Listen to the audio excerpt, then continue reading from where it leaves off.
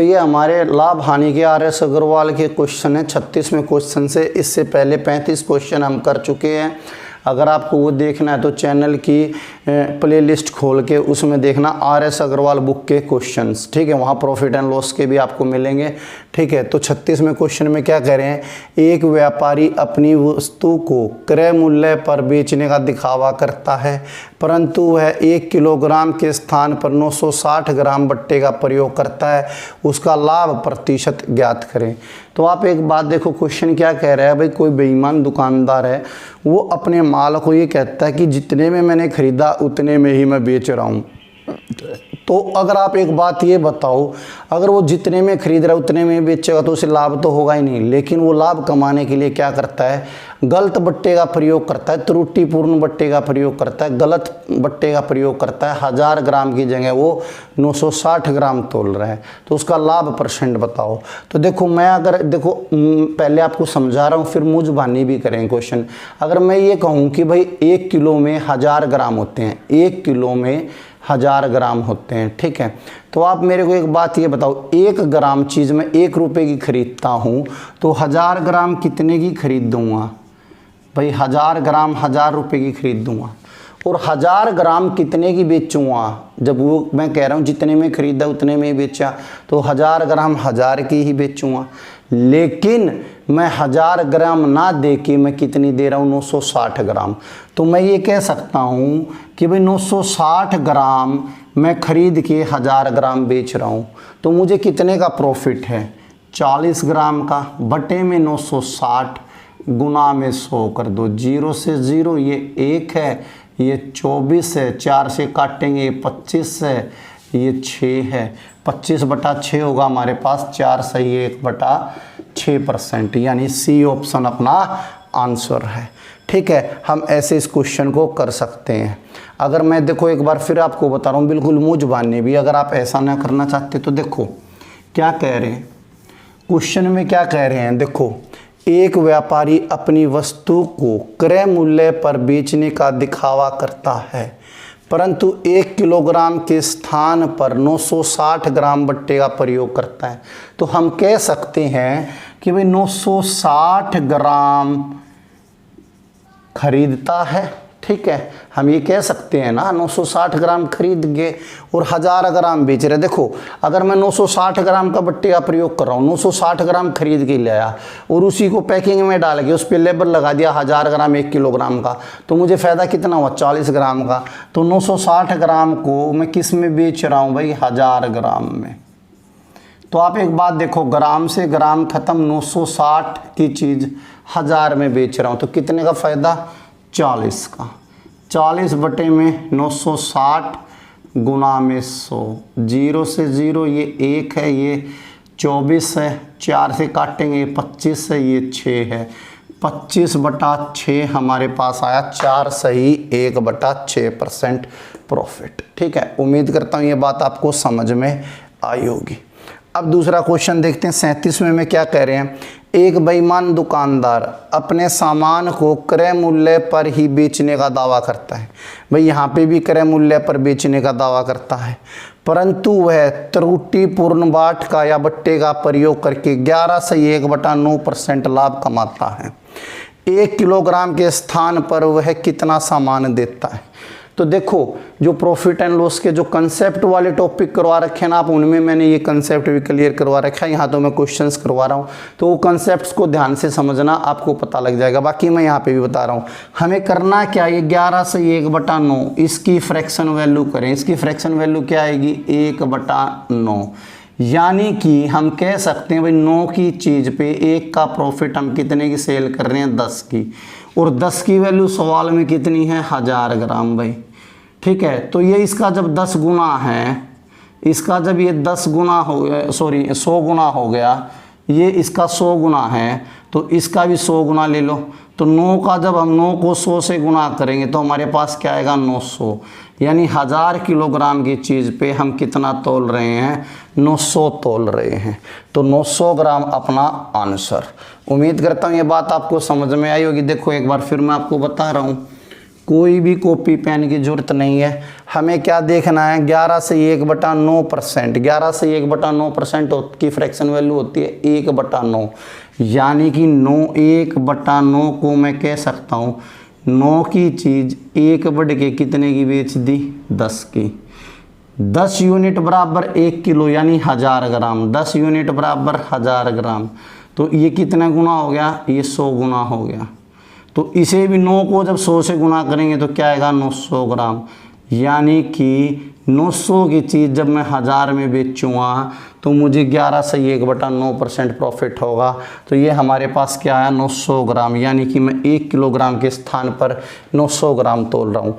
अगर यहाँ हमसे ये भी पूछ लें कि मैं कितने ग्राम का गबन कर रहा हूँ, ठीक है, या कितने ग्राम मैं छुपा रहा हूँ, तो देखो ये गैप कितने का है, 100 ग्राम का। तो मैं 100 ग्राम का गबन कर रहा हूँ, ओरिजिनल वेट में मैं 100 ग्राम का गबन कर रहा हूँ। तो 1000 ग्राम ओरिजिनल वेट है, उसमें से 100 घटाएंगे तो कितना दे रहा हूँ मैं, 900 ग्राम। उम्मीद करता हूँ ये आपको समझ में आए होंगे। आगे क्वेश्चन देखते हैं। देखो अपना 38वां क्वेश्चन है, क्या कह रहे हैं, त्रुटिपूर्ण बाट यानी बट्टे का प्रयोग, वेट का प्रयोग करके एक दुकानदार अपने ग्राहक को 5% का धोखा खरीदते समय तथा 5% का धोखा बेचते समय देता है, उसका लाभ प्रतिशत क्या है। इस क्वेश्चन को ध्यान से देखना, ठीक है।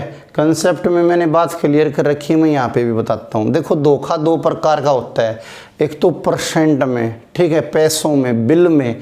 अगर पैसों में है उसका अलग आंसर आएगा, अगर बाट में यानी वेट में, वजन में धोखा है उसका आंसर अलग आएगा, ठीक है। क्वेश्चन में हमने ये चीज़ देखनी, देखो कई टीचर इसमें क्या करेंगे, सक्सेसिव डिस्काउंट वाली चीज़ हमारे पास लगा देंगे, हमें कहेंगे x प्लस में y प्लस XY बटे में 100, यानी कि 5 जमा में 5, ये हो जाएगा हमारे पास 5 गुना 5 25/100। तो ये क्या बनेगा, 5 और 5 10, जमा में यहाँ से 0.25, तो 10.25%, ये अपना आंसर, ठीक है। बुक ने भी आंसर यही दे रखा है, सी ऑप्शन, ठीक है। लेकिन इस क्वेश्चन का ये आंसर गलत है। ये आंसर कब बनता है, ये आंसर जब बनता है जब बाट वेट, बाट यानी कि वेट की जगह बिल की बात हो, वेट की जगह, वजन की जगह बिल की बात हो। अब बिल की बात देखो, मैं आपको देसी हिसाब से बताऊंगा। अगर बिल की बात है तो बिल में क्या होता है, 100 रुपये की चीज़ 5% धोखा, 100 रुपये की चीज़ क्या हो गया हमारे पास 105, ठीक है। फिर हमें क्या कह रहे हैं, 105 पे 5% चलेगा, ठीक है। तो 105 पे जो 5% चलेगा तो ये हमारे पास 105 का 5% आएगा हमारे पास 5.25। जब ये इसमें ऐड होगा तो ये होगा हमारे पास 25। इसको आप ऐसे लिख सकते हो, अगर आपको ऐसे ना समझ में आए तो 5 के नीचे 5 ऐसे लिखा जाएगा रियल में, तो ठीक है। तो ये देखो 0.25 और ये हो जाएगा हमारे पास 110। यहाँ से भी आप लिख सकते हो, ये थोड़ा इधर लिख दिया था। तो यहाँ 100 की चीज़ कितने में आई, 110.25 में। लेकिन जब बिल में हो, जब आंसर ये आएगा। अगर बिल में नहीं है तो देखो, बिल यानी पैसे में नहीं है, तो देखो क्या होगा, एक बाट का प्रयोग कर रहे हैं भाई। बाट 1 किलोग्राम में कितने ग्राम होते हैं, देखो 1000 ग्राम, 1 किलोग्राम में 1000 ग्राम हो रहे हैं। 5% धोखा, 5% जब वो लेने जाता है 5% ज़्यादा सामान ले लेता है, तो 5% की वैल्यू देखो, 10% की वैल्यू 10 से भाग कर दो 100, और 10% का आधा होता है 5%, 100 का आधा 50, यानी कि 1000 ग्राम सामान खरीदना था, उसने धोखे से कितना खरीदा, 1050 ग्राम खरीदा, ठीक है। अब वो क्या कर रहा है भाई, 5% कम दे रहा है। उसने कहा कि भाई मैंने तो 1000 ग्राम खरीदा है, ठीक है, 1000 ग्राम खरीदा और वो 1000 ही ग्राम बेच रहा है, ठीक है। लेकिन वो 1000 ग्राम की जगह 5% कम तोलता है।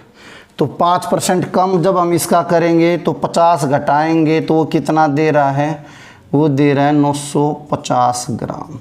1000 ग्राम की जगह 950 ग्राम दे रहा है, लेकिन लेके कितना आया, 1000 ग्राम की जगह 150 ग्राम।